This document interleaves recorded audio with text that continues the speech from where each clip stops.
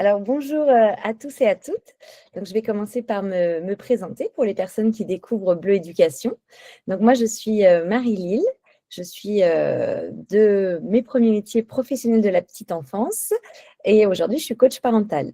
Donc moi, j'ai débuté ma carrière en crèche, donc en tant qu'auxiliaire de puriculture. Après, j'ai passé ma VAE pour devenir éducatrice de jeunes enfants et je me suis réorientée il y a maintenant 4 ans dans le coaching. Donc j'accompagne aujourd'hui les parents sur toutes les problématiques qu'ils ont avec leurs enfants. Donc, j'ai mon cabinet à Paris, mais je consulte aussi en visio. Dans les autres compétences et activités que je fais, eh bien, je me suis aussi formée à l'EMDR et l'EFT, donc qui sont des méthodes de libération des émotions. Donc, du coup, maintenant, on va parler du TSA. Donc, comme vous le voyez dans ma présentation, moi, je ne suis pas psychologue, je ne suis pas spécialiste du TSA. Moi, je vais vous faire aujourd'hui un partage de mes connaissances, donc de ce que j'ai pu voir en formation et aussi de ce que j'ai pu mettre en place sur le terrain. Du coup, moi, ce que je peux surtout vous proposer, ça va être ma posture d'éducatrice, des repères et des petits outils. Alors, c'est parti.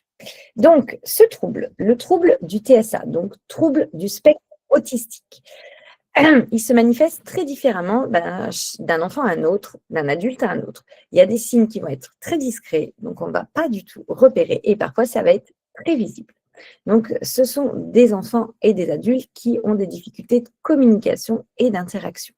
Donc, par exemple, pour un enfant, ce qui peut commencer tout de suite à nous alerter, c'est un enfant qui ne va pas répondre à son prénom, qui ne va pas nous suivre du regard, qui ne va pas imiter quand on joue avec lui.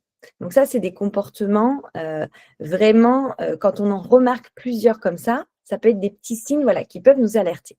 Donc, nous, dans cet atelier, ce que j'espère que vous allez retenir, c'est d'apprendre à repérer ces petits signes pour mieux comprendre ces enfants et pour adopter très vite un accompagnement qui va leur permettre d'arriver à s'adapter le plus tôt possible et faire de la prévention, pouvoir communiquer auprès des équipes et auprès des parents. Donc, on va commencer par parler du spectre de l'autisme. Donc, déjà du diagnostic. Donc, le diagnostic s'appuie sur le DSM-5. Donc, le DSM-5, c'est un manuel qui est une référence internationale qui est utilisée par la communauté des psychiatres pour toutes les maladies. Donc, le TSA, c'est un trouble du neurodéveloppement. Donc, c'est-à-dire que c'est un trouble qui est lié au cerveau. Donc, ça, c'est dès la naissance et c'est jusqu'à la fin de la vie. Donc, ce n'est pas quelque chose dont on va guérir. C'est quelque chose qu'on est avec et on va l'avoir toute sa vie. Ça, c'est pour moi essentiel de le redire parce que moi, j'ai eu plusieurs parents qui n'avaient pas compris lors des pré-diagnostics que l'enfant allait avoir ce trouble toute sa vie. Par contre, il y a des adaptations, il y a énormément d'évolutions, d'apprentissage. Donc aujourd'hui, on ne parle plus d'autisme séparé. Avant, il y avait plusieurs catégories d'autisme. Une des catégories qui est la plus connue, c'était l'autisme Asperger. Maintenant, on va parler on dit la même appellation pour le trouble, c'est un trouble du spectre. Le spectre, du coup, ça va représenter une diversité de profils qui est très très large, avec différents comportements et différents besoins. Mais on ne va plus parler d'une spécificité d'autisme, on va parler du spectre de l'autisme, donc de manière plus globale et plus générale. Donc ça, c'est important aussi en tant que pro d'avoir bien ces termes-là. Donc le diagnostic, je vous l'ai dit déjà, mais il se fait uniquement avec un médecin. Donc on va dire que les diagnostics peuvent être mis en place entre 3 et 5 ans en fonction du comportement et des capacités de l'enfant et que des pré-diagnostics peuvent commencer à avoir lieu à 18 mois. Mais un enfant de 18 mois, 2 ans, on ne va pas dire qu'il a un trouble du TSA. On va commencer à dire que voilà, il va être diagnostiqué, il y a quelque chose, il y a un petit retard, il y a quelque chose qui nous inquiète. Donc, le diagnostic, ça va être une évaluation globale et qui va être pluridisciplinaire. Donc, il y a plusieurs professionnels qui vont regarder, qui vont observer les comportements, le développement de la communication, les interactions sociales et tout ce qui va être particularité sensorielle. Donc, les deux choses vraiment les plus importantes, c'est les troubles de la communication et les troubles du comportement. Donc, quand il y a un diagnostic, ce n'est pas un test unique, ça va être un regard croisé de plusieurs professionnels qui vont voir vraiment le fonctionnement global de l'enfant. En tout cas, nous, en tant que professionnels, on n'a pas à faire un diagnostic. Notre rôle, c'est de repérer les signes, de les observer en détail et de les transmettre afin de favoriser une meilleure prise en charge précoce et de pouvoir accompagner les familles vers des personnes qui vont pouvoir les aiguiller vers un diagnostic. Alors, qu'est-ce que le TSA n'est pas? Donc ça, c'est un petit peu quelque chose qui est pour moi hyper important parce qu'on entend un peu tout et son contraire et c'est vraiment essentiel quand vous accompagnez les enfants de savoir exactement que ce n'est pas ça. Donc, un problème d'éducation. Malheureusement, on peut penser que, comme c'est un trouble qui n'est pas forcément visible, que c'est juste un enfant qui n'a pas de limite. Un enfant où les parents n'ont pas fait preuve de fermeté, qui manque de code et qui ne sait pas comment faire, mais parce que ça vient de la façon dont il a été éduqué. Donc ça, je le redis, c'est un trouble du neurodéveloppement. Donc ce n'est absolument pas la responsabilité ou la faute des parents. Moi, j'avais eu une orthoptiste qui était venue pour voir si les enfants avaient des problèmes de vue. Et on avait un petit garçon qui était diagnostiqué, donc il avait un petit peu plus de 3 ans. Et elle nous a dit, mais il n'écoute rien, il faudrait peut-être prendre un rendez-vous avec les parents. Non, non, mais il a un diagnostic. Et elle n'entendait pas du tout, alors que c'était quelqu'un qui venait en structure, donc il avait l'habitude de travailler avec les enfants. Donc elle était vraiment enfermée dans, c'est un problème d'éducation. Et même, ça rejoint la deuxième, le deuxième point que je vous ai noté, un choix ou un refus volontaire. Ça peut être aussi des adultes qui imaginent que l'enfant le fait exprès, alors que non, l'enfant ne le fait pas exprès. Ses comportements, donc toutes ses attitudes, les tempêtes émotionnelles, la façon dont il va être en interaction, eh bien, il montre juste qu'il a une difficulté à comprendre, à communiquer et à s'ajuster et à réagir avec son environnement. Donc, ce n'est pas un choix. Au contraire, c'est une adaptation. Un manque d'attachement. Malheureusement, on a beaucoup reproché aux mères, quand elles avaient des bébés qui avaient un trouble du spectre autistique, enfin des bébés, des plus grands enfants, d'avoir peut-être pas été suffisamment présentes et suffisamment en lien. Absolument pas. Ce n'est absolument pas la cause. Les enfants qui ont un TSA, ils n'ont aucun problème d'attachement. En fait, ils ressentent les émotions et ils ressentent l'attachement. C'est juste qu'ils ne les expriment pas de la même manière. Donc, en fait, comme c'est pas la même façon que d'autres enfants, on va dire qu'on a un développement typique, eh bien, en fait, tout de suite, on va se dire qu'il y a un manque d'attachement, alors que ce n'est pas un manque. C'est juste une façon de l'exprimer qui est différente. Mais ils sont autant attachés à leur papa, à leur maman, à leur référente de crèche. C'est juste qu'ils ne le manifestent pas de la même manière. Alors, on a aussi cette croyance que c'est un retard intellectuel. Pas du tout. Ce n'est pas synonyme de déficience intellectuelle. Il peut y avoir des retards, oui, des retards de langage, des retards de compréhension de compétences relationnelles, bien sûr, même intellectuelles, mais ce n'est pas un TSA, un retard intellectuel. Les profils sont très hétérogènes, donc il y a plein de types, le spectre est très, très varié. C'est toujours visible et évident? Ben non, pas du tout. Il y a énormément d'enfants qui passent à travers les diagnostics, donc qui passent inaperçus et ce sont des enfants souvent qui savent s'adapter. Donc ils ont fait énormément d'efforts, ça leur coûte énormément, mais ils ont réussi à s'adapter. Il y a plein de personnalités qui découvrent et qui témoignent, et ça c'est hyper riche, je trouve, tous ces témoignages qu'ils ont un TSA. Moi, j'ai une amie qui travaille avec des enfants TSA et du coup, quand les parents ont un diagnostic, eh bien, quand ils viennent dans son cabinet pour prendre des rendez-vous, eh bien, souvent, à ce moment-là, quand elle leur parle et elle leur présente tous les signes, eh bien, eux, ils se posent la question si eux, ils n'ont pas aussi ces signes-là. Et souvent, les parents ont aussi ces signes, mais voilà, ils se sont suradaptés ou à l'époque, il y a eu une errance de diagnostic. On n'a jamais su ce qui se passait pour eux. Mais du coup, il y a beaucoup de personnes où ça passe inaperçu. Et on pense malheureusement que c'est incompatible avec la vie en collectivité.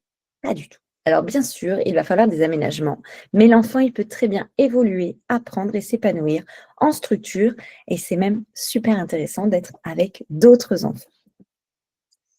Alors, maintenant, on va parler de la communication et de langage. Donc, pour mieux comprendre tous les signes d'alerte du TSA, je trouve important de définir la différence entre communication et langage, pour pas qu'on se trompe dans notre façon de l'exprimer quand on va le transmettre.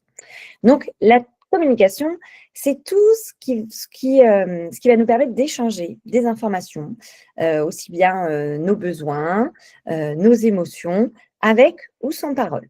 Donc, elle peut être verbale, donc là, comme je fais, je communique, je verbalise, ou alors avec des gestes. Donc, je le fais aussi, j'appuie ma parole avec des gestes, des regards, des mimiques, une posture, je communique avec vous. Vous voyez, par exemple, hier, je suis, moi, allée voir un spectacle et du coup, il n'y avait pas d'interaction entre les comédiens et les spectateurs, mais il y avait beaucoup de communication parce que on allait applaudir, on allait rire, on allait échanger un regard complice et du coup, là, on communique avec les acteurs. Et les acteurs savent ce qu'ils font passer le message et les spectateurs leur envoient un message. Donc là, on est dans une communication. Le langage, c'est aussi un outil de communication, mais c'est avec des règles très précises. Le langage, c'est la syntaxe, le vocabulaire, la prononciation et l'intention de communiquer. C'est-à-dire, le langage, c'est qu'est-ce qu'on dit, qu'est-ce qui est dit, qu'est-ce qui est entendu. Donc, ça correspond, ça va comprendre aussi les codes sociaux et les règles de conversation. Donc, un retard de langage ne signifie pas forcément un trouble de la communication.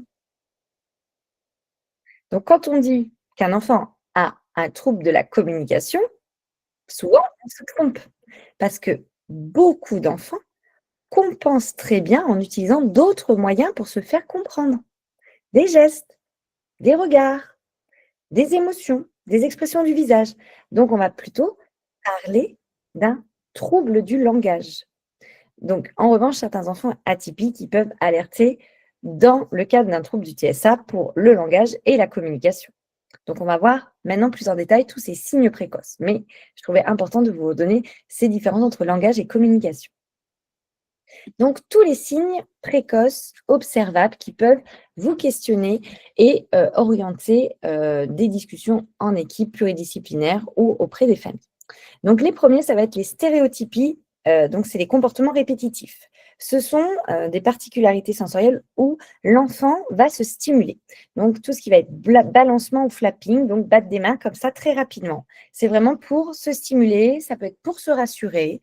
Mais voilà, c'est des comportements qui sont tournés vers soi-même. Du coup, ça peut être aussi un enfant qui tourne sur lui-même.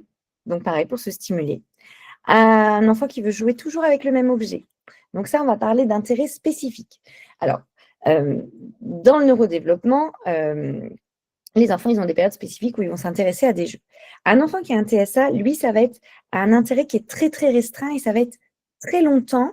Et on peut repérer que c'est atypique quand on va proposer autre chose qui peut être très intéressant, mais qui va rester dans son comportement restreint. Par exemple, un enfant, il peut passer des longues minutes, voire des heures, avec le même jouet ou le même type d'objet. Par exemple, un petit train. On peut lui donner un petit train, les enfants vont jouer pendant 20 minutes et lui va continuer. Quand on est en train de ranger le jeu parce qu'on va proposer autre chose, et bien en fait, cet enfant, lui, il est encore dans son jeu alors que ça fait peut-être 30-40 minutes qu'il est dans son jeu. Passer ses doigts devant ses yeux, donc par aussi stimulation. On voit ce genre de mouvement, par exemple. Donc, ça va être les ombres, les mouvements, donc ça le stimule. Alors, j'en suis où? Mettre ses doigts devant ses yeux. L'absence ou le retard de langage. Donc, ça, on va se questionner quand il n'y a pas de babillage, quand vraiment petit bébé jusqu'à 12 mois, il n'y a pas de babillage, et vers 18 mois, pas du tout de parole. On sait bien que de 12 mois à 18 mois, il y a plein de petits mots qui commencent. Donc là, quand il n'y a pas du tout de parole, là, on peut commencer à se questionner.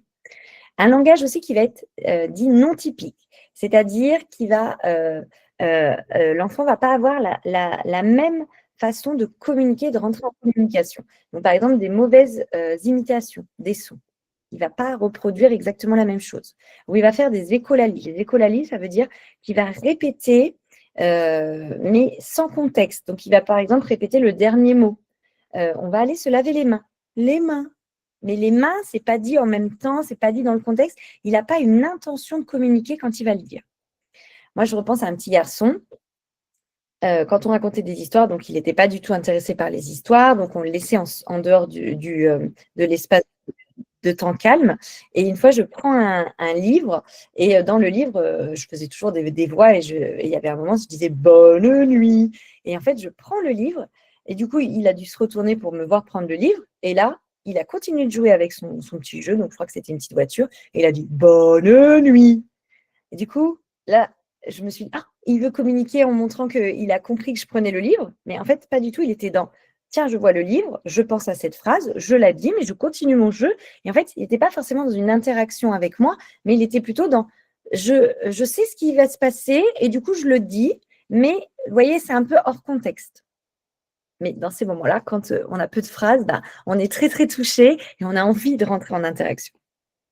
Ça peut être aussi une régression, une perte de langage.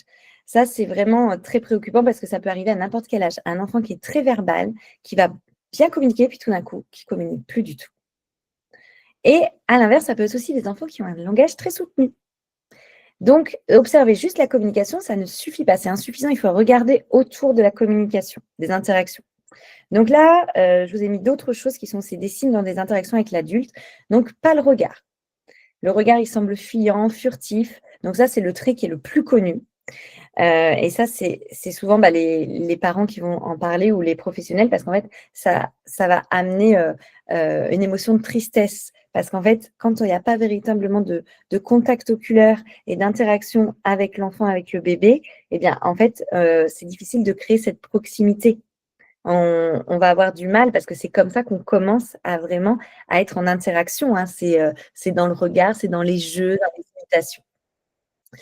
Quand l'enfant aussi n'imite ni les sons ni les gestes, c'est un enfant qui va pas jouer, qui va pas nous renvoyer la balle, qui va pas faire semblant quand on va être vers la dinette, ben, il va pas utiliser forcément comme nous, les gestes et faire, et reproduire.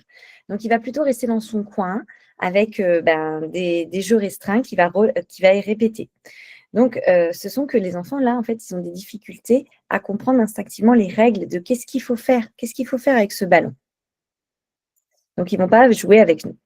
Et le dernier point, qui est aussi important à repérer, ça va être des enfants qui ne pointent pas. Un enfant qui a un TSA, il va préférer faire de façon autonome plutôt que de demander. Parce que demander, c'est être dans l'interaction sociale et c'est difficile. Donc ça, vous pouvez le repérer, par exemple, quand vous lisez une histoire, surtout des imagiers, par exemple, l'enfant, il va pas, enfin, n'importe quelle histoire, hein, mais l'enfant, il va pas forcément suivre les images avec ses yeux, ou même il va pas montrer avec ses doigts. Alors que quand on montre une histoire, souvent, l'enfant, il va nous montrer ce qu'on dit. Ou alors, nous, on va leur poser la question, il est où le chat? Tu le vois? Et du coup, l'enfant va pointer. Donc, un enfant qui pointe pas, ça peut être assez questionnant, parce qu'en fait, pointer, ça veut dire je cherche l'interaction. Ça peut être aussi des enfants qui vont fixer avec envie un objet, mais qui ne vont pas savoir comment le demander. Nous, on avait un petit garçon qui avait trouvé un objet transitionnel dans la structure. C'était un petit marteau. Donc, c'était un petit marteau qu'on sortait avec le bricolage. Et il était rangé dans un placard. Donc, tout était bien rangé à une place.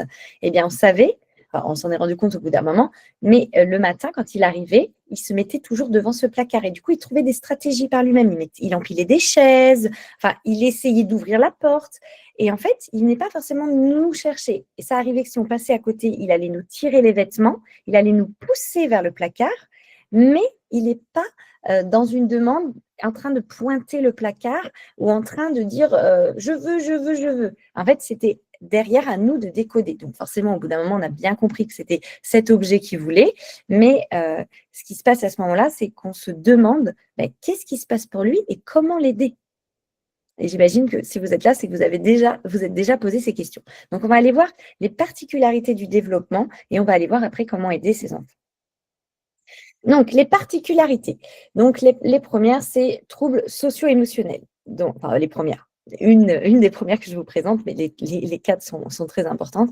Donc, c'est l'enfant, il va avoir du mal à comprendre ses propres émotions et du coup, celles des autres. Donc, les relations sociales, elles vont être source d'incompréhension et même d'insécurité, d'être avec un grand groupe d'enfants ou d'adultes, eh bien, en fait, ça va être très compliqué parce qu'en fait, il ne va pas décoder. Alors que on est des êtres de relation, donc en fait, on a l'impression que quand on est en groupe, ça va être plus simple. Mais pour ces enfants, ça va être plus complexe. Donc, il va avoir un manque d'intérêt relationnel, un repli. Ils vont avoir une particularité sensorielle, donc une hypersensibilité ou alors une hyposensibilité. Donc, c'est-à-dire qu'ils vont ressentir avec leur sens de manière plus aiguisée. Donc, ils vont être plus sensibles ou moins sensibles, ça dépend des profils, hein, c'est le spectre. Donc, au bruit, aux lumières, aux textures, aux odeurs, aux mouvements. Donc, cette hypersensibilité, ça va influencer la compréhension, donc le comportement et la capacité à comprendre et à s'adapter à son environnement. On voit beaucoup d'enfants avec des casques anti-bruit. Quand ils vont dans des environnements, notamment par exemple un centre commercial, où il y a énormément de stimulation, donc visuelle, olfactive et auditive, eh bien, on va proposer un casque. Du coup, c'est beaucoup d'enfants aussi qui vont se boucher les oreilles parce que c'est trop intense et c'est trop perturbant. Le fonctionnement cognitif. Le fonctionnement cognitif, c'est que, ils ont besoin, ça va leur demander alors attendez, je pars dans plusieurs idées en même temps. C'est mon fonctionnement cognitif aussi, mais donc du coup, c'est, une rigidité. Tout changement, ça va demander une énorme adaptation au niveau cognitif, mais au niveau émotionnel. Donc, l'enfant, dès qu'il va avoir quelque chose qui est différent, ça va être très coûteux pour ce type d'enfant. Ça va créer de l'anxiété, un comportement de retrait et un refus ou une opposition. C'est hyper important pour eux d'avoir des routines stables.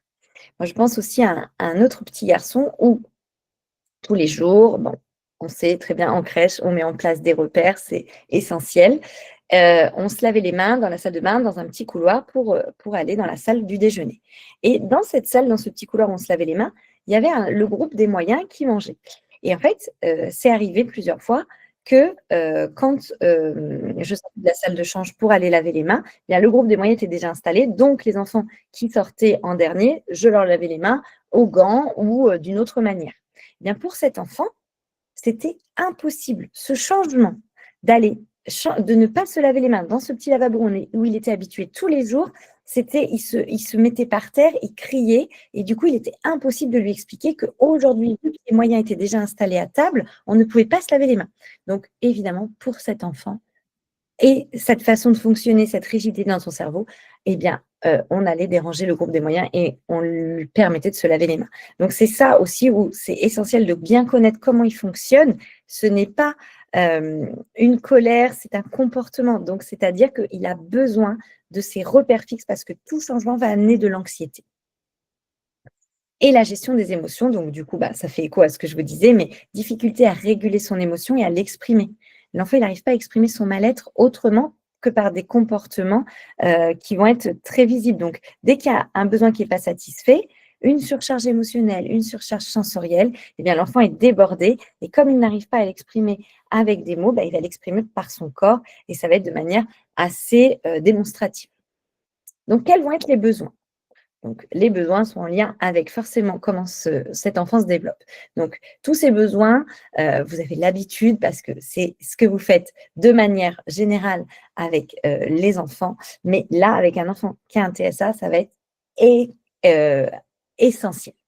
Donc, c'est un besoin de sécurité et de prévisibilité. Donc, des routines. On anticipe à fond tous les changements de pièces, tout verbalement et on l'organise car ça va permettre à l'enfant de se sentir plus confiant et plus disponible dans ses apprentissages. Ce sont des enfants qui ont besoin d'adaptation sensorielle. Donc oui, on peut les accueillir en structure, mais il va falloir ajuster l'environnement, limiter la surcharge, sinon ça génère du stress. Donc ça, on verra un peu plus en détail après comment on peut faire. Et des besoins clairs de repères et être cohérents. Donc c'est-à-dire des consignes qui vont être simples, qui vont être constantes, donc cohérentes, toujours les mêmes, et qui vont permettre à l'enfant de comprendre ce qui est attendu. Donc, vous voyez, quand il y a un changement, eh bien, pour ce type d'enfant, on va essayer de ne pas faire de changement. Et même si ça dérange un petit peu les autres qui sont en train de manger, donc là, par exemple, dans mon exemple, eh bien, en fait, c'est aussi à tout le monde de s'adapter et besoin de relations ajustées et sécurisantes. Donc, d'un adulte qui est calme, qui est bienveillant et qui favorise l'apaisement et la relation. Et du coup, si vous êtes là aujourd'hui pour suivre cet atelier, c'est que effectivement vous êtes ce type d'adulte bienveillant, mais avec ces enfants, il faut encore plus d'adaptation. Alors, on va parler des modes de communication. Donc, la communication verbale et non verbale pour les enfants de TSA. La communication, donc on l'a vu juste avant, la communication et langage, la communication, elle ne se limite pas à la parole. Donc, avec ce type d'enfant, la communication non verbale est à privilégier. Les regards, les gestes, les mimiques, les déplacements, les vocalisations. Oh, wow, les comportements. Donc, on essaye au maximum d'être dans le non-verbal quand on communique avec eux. On va observer comment l'enfant utilise son corps, ses expressions pour s'exprimer. Et on ne va pas se focaliser forcément sur ce qu'il fait, mais on va essayer de s'adapter à son mode de communication. L'enfant, il ne peut pas dire forcément avec les mots, donc il va le montrer avec son corps, par des pleurs, par des petits cris, par des fuites, par des colères. Tout ça, ce sont des messages. C'est des messages qui veulent nous dire des choses. Donc, à nous de prendre un petit peu notre décodeur, notre petite, comment on appelle ça, loupe, comme si on était Sherlock Holmes, et qu'on va aller voir derrière ce comportement, qu'est-ce qu'il essaye de nous dire. Ben, peut-être il dit, mais je ne comprends pas. Peut-être il dit, c'est trop difficile pour moi. Peut-être il dit, je suis fatigué. Peut-être qu'il dit, aide-moi. Mais qu'il ne peut pas le verbaliser. Vous voyez, comme par exemple le petit garçon qui était devant le placard et qui nous poussait avec les vêtements. En fait, il voulait nous dire, aide-moi à attraper. Mais si on prend juste, il me pousse et qu'on s'arrête juste au comportement, on dit, mais qu'est-ce que tu fais là? Tu ne me pousses pas. Et on remet le cadre. Alors que derrière ce comportement, c'est une communication non verbale. Il nous dit quelque chose, mais qu'est-ce que tu veux? Qu'est-ce que tu veux me dire? Je suis là. Alors, je me baisse, on se met à son niveau et on essaye de décoder là où il me pousse, dans quel environnement il est. On va regarder autour de nous et on va décoder ce qui se passe pour lui, pour le verbaliser. Donc, difficulté d'interaction sociale, difficulté à entrer en relation de manière spontanée. Donc là, c'est pas un manque d'intérêt pour les relations pour l'autre, mais c'est qu'il a une difficulté de rentrer dans la relation de manière fluide et spontanée. Donc l'enfant, il a besoin que l'adulte soit là et soit médiateur, soit avec lui. Je pense à un autre petit garçon qui avait du mal, par exemple, quand on était dans un espace un peu réduit, et du coup, après le déjeuner, on allait dans un coin calme qui était un peu fermé, avec du bois. Et là, c'était le moment où les enfants se déshabillaient pour aller à la sieste. Eh bien, il avait beaucoup de mal à rentrer parce que c'était assez étroit, que les enfants s'agitaient parce qu'ils se déshabillaient et cherchaient leur petit sac pour mettre leurs pantalons. Eh bien, dans ces moments-là, il fallait être avec lui, donc il fallait être médiateur, l'accompagner corporellement, le prendre dans les bras. Et moi, souvent, je le prenais contre moi, ou je le mettais dans mon dos, je lui donnais un contact avec ma peau pour qu'il puisse entrer dans le groupe et commencer à se déshabiller avec les autres. Mais on est là pour vraiment permettre à l'enfant de rentrer dans l'interaction avec les autres et qu'il soit en sécurité. Donc l'environnement aussi va jouer énormément. Un lieu bruyant, imprévisible, déjà pour même nous, adultes, avec un autre adulte qui n'a pas de trouble, on va avoir des difficultés à la communication. Donc pour un enfant qui a un TSA, il va être encore plus dans l'incompréhension. Donc pour réduire les incompréhensions, il va être essentiel de repenser l'environnement dans lequel on accueille l'enfant, le cadre, la structure, les consignes. Donc ça, on va revoir tout après en détail. Donc, les questions qu'on se pose, et moi que je me suis déjà posée en tant que pro, quand on a des enfants qu'on suspecte avec un trouble du TSA ou qui sont diagnostiqués, c'est comment on entre en relation, qu'est-ce qu'il veut nous dire et comment on lui propose. Donc, comment on facilite la communication? On parle simplement et concrètement. On ne fait pas des grandes phrases, des phrases très courtes. Tu veux? C'est ça. Aide-moi. Tiens, prends, jette, donne. Beaucoup de verbes d'action comme ça, avec des toutes petites phrases. On va associer aussi visuellement. Donc, je vous proposerai, j'ai trouvé un peu des petits pictogrammes à la fin, mais ça va d'avoir du visuel, ça va renforcer le message et ça va aider l'enfant à comprendre et à se faire comprendre. Donc ça, c'est beaucoup utilisé à l'école. En crèche, moins parce qu'ils sont plus petits, mais on peut déjà l'utiliser. Laisser du temps à l'enfant. On sait que c'est des enfants qui vont avoir plus de difficultés dans le langage et dans les interactions, donc adapter le temps. Donc, l'enfant, il a besoin de plus de temps pour traiter l'information sans être pressé parce que la communication peut être source d'anxiété, de difficultés. Donc, on prend vraiment le temps en individuel. On se met à sa hauteur. Moi, par exemple, chaque fois que j'avais des enfants avec un TSA, ils n'étaient jamais plusieurs dans la salle de bain. C'était toujours plus de temps avec cet enfant-là pour qu'on prenne chaque étape, qu'on prenne vraiment qu'on mette déjà beaucoup d'énergie et que l'enfant il puisse sentir qu'il a l'espace et il a le temps pour comprendre et pour faire ce qui est attendu de lui. Et observer ces comportements comme un message. Bon, ça, je vous l'ai déjà dit avant, mais ça, je le redis. Cela traduit un besoin. Le comportement, ce n'est pas le problème, mais c'est le signal qu'il y a un besoin qui n'est pas satisfait. Donc, derrière tout comportement, il y a un besoin. Je veux ça, j'ai besoin de ça, je n'aime pas. Et en fait, c'est à nous de trouver quelle est sa difficulté. Alors, adapter sa posture pro. Donc ça, je vous l'ai déjà dit à peu près dans tout l'atelier, mais pour moi, c'est vraiment les choses essentielles. C'est essentiel d'ajuster sa posture professionnelle, d'être une figure qui va être sécurisante. Donc, c'est-à-dire qui va être prévisible, qui va être contenante, qui va être calme et sur lequel l'enfant peut s'appuyer. Donc, on est sécurisante dans ses gestes, mais aussi dans sa voix. Une voix tranquille, une voix calme, une voix posée. Plus on est formé, plus on est sûr de soi et qu'on sait comment s'adapter à l'enfant, plus on va être sécurisante. Donc, quand on est calme et qu'on est contenante, ça va permettre à l'enfant d'apprendre à réguler ses émotions et d'apaiser ses tensions.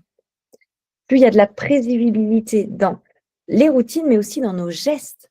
Si on n'est pas à réagir, à surréagir ou à être dans une... je vois un peu des professionnels qui peuvent être très dans les tensions et d'un coup se lever sans avoir prévenu les enfants. Ben ça peut être hyper anxiogène. Donc, avec ce type de profil d'enfant, c'est on prévient. Je vais me lever, je vais aller chercher le ballon. Je prends le ballon, je reviens. Voilà, on se dit à l'avance tout ce qui va se passer et comment ça va se passer. On est contenant dans nos gestes. On a une communication qui est adaptée. Donc ça, on l'a vu juste avant.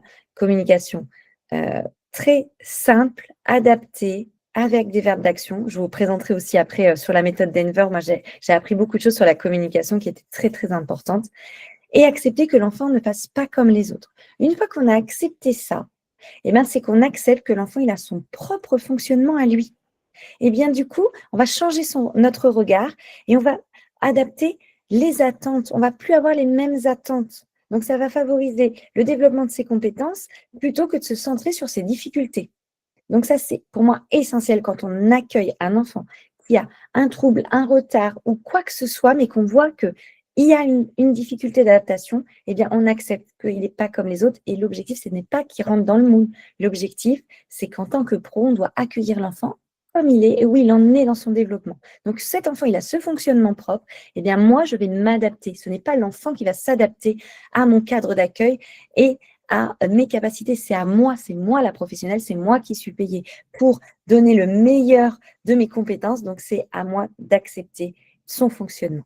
Ça, je le répète parce que malheureusement, j'ai vu des professionnels qui n'acceptaient pas ces comportements. Et du coup, pour moi, s'il y a une chose importante, au-delà de derrière le comportement, il y a un besoin, c'est cette deuxième chose. C'est pour ça que j'insiste un petit peu.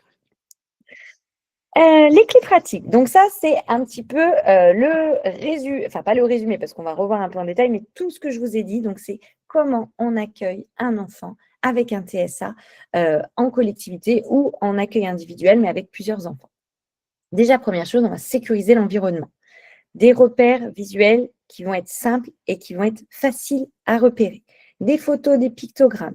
Donc, ça peut être dans toutes les pièces. Vous mettez des petites photos, un petit train de la journée, ça se fait beaucoup, avec les différentes étapes. Et visuellement, on montre à l'enfant.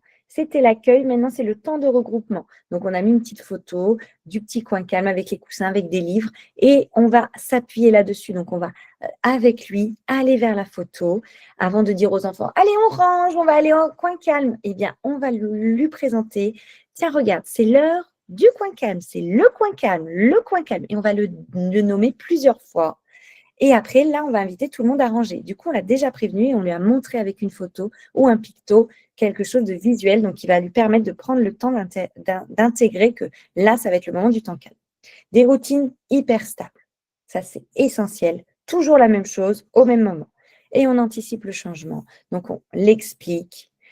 On essaye de l'amener de façon agréable. Donc, quand on va, par exemple, devoir ranger, ben voilà, on va faire une petite chanson. On va montrer que ça va être bien d'aller changer sa couche parce que ça va être un moment de plaisir. Donc, on anticipe, on organise, on réfléchit. On apaise les temps sensibles. Donc, les moments où il peut y avoir beaucoup de bruit, où on n'est pas forcément dans l'interaction, donc proposer un petit objet de transition. Donc, ce type d'enfants, ils n'ont pas forcément un petit doudou. Moi, quand je vous avais dit, un des petits garçons, c'était le petit marteau. Mais c'est souvent des objets qui peuvent bien contenir comme ça dans la main. Mais du coup, avoir des petits objets de transition, de prédilection que l'enfant aime bien et que ça l'apaise. On en avait un autre aussi, c'était une petite cuillère de la dinette. Et voilà, super OK. Et du coup, on donne ce petit objet parce que ça lui permet de s'apaiser. Le Quakem est identifié pour se retirer sans être isolé. Donc, on lui met un petit espace pour lui s'il a besoin. Et c'est hyper... et c'est dit. Et c'est dit. Moi, par exemple, j'avais adapté quand je sortais le petit train. Donc, ce n'était pas un coin calme, mais je vous le donne quand même en astuce. Donc, quand je sortais les petits trails en bois et le petit train, bah, tous les enfants, bien sûr, se jettent sur les rails pour fabriquer leur propre petit train. Eh bien, lui, je lui faisais son propre petit parcours, donc en rond, avec 2-3 petites locomotives et je le mettais sur le côté. Et je disais bien à tous les enfants, c'est son petit train à lui. Donc les enfants, on leur expliquait. C'est difficile, il n'arrive pas encore à partager et c'est OK. En fait, on montrait bien, oui, qu'il y avait une petite différence, mais en fait, les enfants le voyaient, hein, les enfants sentent très, très bien les choses. Et du coup, pour éviter les disputes et pour éviter que lui soit pas bien et qu'il se mette en difficulté, hein, et qu'il soit en tempête émotionnelle, on avait instauré ça. Il avait son petit train à lui identifié dans un coin. Et nous, on se positionnait toujours une professionnelle entre lui et les autres enfants. Donc, un coin identifié à lui. Des transitions ritualisées. Bon, je vous l'ai un peu dit avec les changements, avec des chansons, avec des gestes, pour permettre de donner des repères à l'enfant. Répondre aux besoins sensoriels, donc diminuer les stimulations excessives. On baisse les lumières. Si on met de la musique, on évite qu'il y ait la musique plus plein d'objets. Si on a mis des déguisements, c'est OK. Mais du coup, essayez peut-être de ne pas proposer des déguisements juste à côté de lui, de proposer peut-être un petit foulard, un petit déguisement voilà, diminuer tout ce qui va être très excessif et qui va le surcharger parce qu'en fait, l'enfant va juste se replier. Proposer des temps moteur et sensoriels. C'est des enfants qui sont énormément dans le non-verbal, donc ils vont avoir énormément besoin de ces temps-là, plus que des temps de langage. Parce que le verbal, c'est plus difficile. Alors évidemment, vous allez associer le verbal dans tout ce que vous allez faire, vous allez nommer, mais ça va être plutôt des jeux d'encastrement, des jeux sensoriels où il va pouvoir toucher de l'eau, du transvasement, du sable, tout ça. Alors, la colle et la peinture, des fois, ça peut être très, très envahissant pour eux parce qu'ils ne comprennent pas. Ils vont toucher, ça va être très désagréable. Donc, à vous aussi d'adapter et de voir ce qui est dans leur champ des possibles. Respecter les particularités, du coup, voilà, tactile et alimentaire. Une hypersensibilité. Moi, c'est pour ça, tout de suite, quand je vous dis ça, je revois tous les enfants que j'ai pu accompagner, mais ils sont très gênés. Et de toute façon, excusez-moi, les petits ne sont pas du tout dans une productivité. Même un enfant neurotypique, c'est très rare qu'il dise « je fais ça parce que le soir, il est content de le montrer ». Ça peut arriver, mais en fait, ils sont dans les sensations et être dans quelque chose d'agréable. Excusez-moi, je bois juste un petit peu.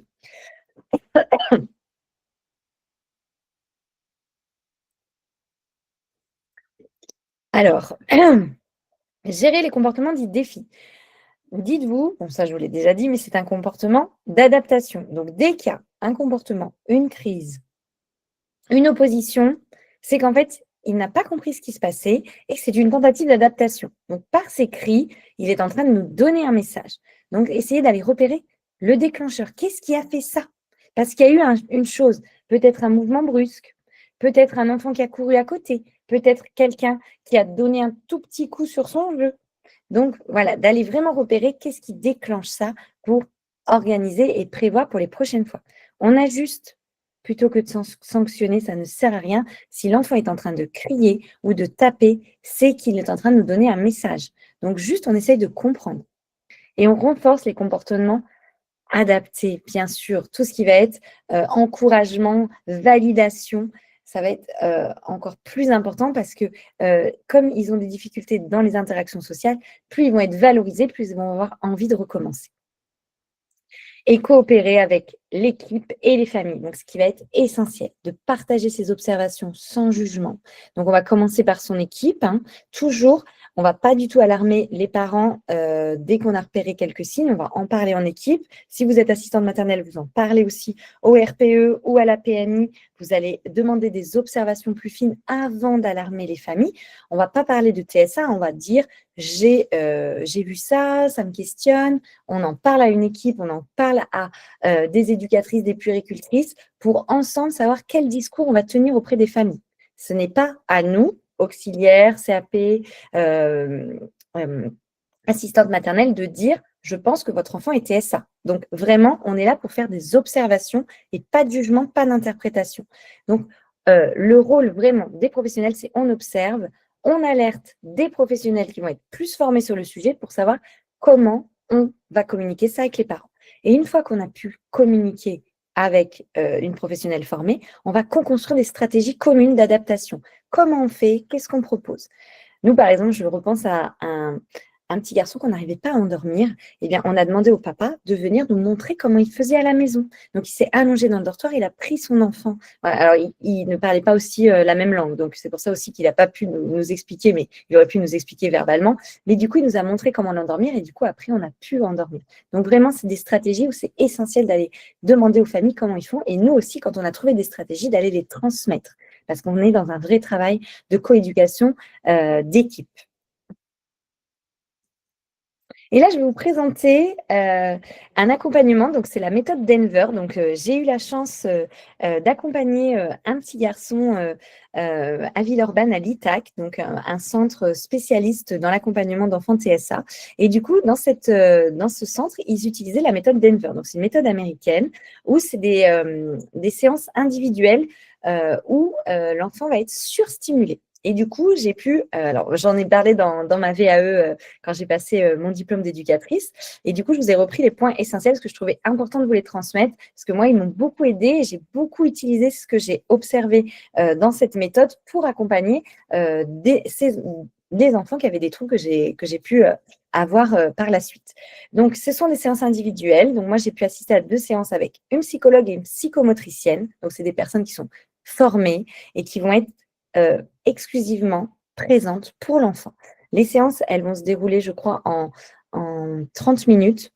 Je sais plus exactement, mais voilà, c'est un court moment. Enfin, c'est quand même assez long parce que c'est 30 minutes intensifs avec l'enfant, où on suit et on commente tout ce que fait l'enfant.